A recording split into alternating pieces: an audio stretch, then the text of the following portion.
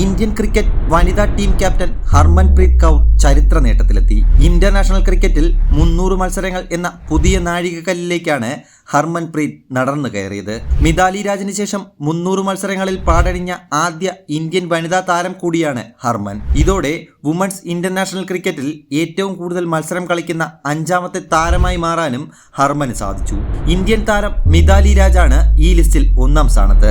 333 മത്സരങ്ങളിലാണ് Mithali Indian കുപ്പായം അണിഞ്ഞത്. 2ാം സ്ഥാനത്ത് New Zealand താരം സൂസി ബെറ്റ്സ് ആണ്, 317 മത്സരങ്ങൾ. 3ാം സ്ഥാനത്ത് ഓസ്ട്രേലിയയുടെ തന്നെ എലീസ പെറിയാണ്. 314 മത്സരങ്ങളിലാണ് എലീസ ഓസ്ട്രേലിയയുടെ മഞ്ഞ ജേഴ്സിയിൽ കളിച്ചിട്ടുള്ളത്. 4ാം സ്ഥാനത്തുള്ളത് ഇംഗ്ലണ്ടിന്റെ ചാർലോട്ട എഡ്വേർഡ്സ് ആണ്. 309 മത്സരങ്ങളിൽ ചാർലോട്ട ഇംഗ്ലണ്ടിന്റെ ജേഴ്സി അണിഞ്ഞു.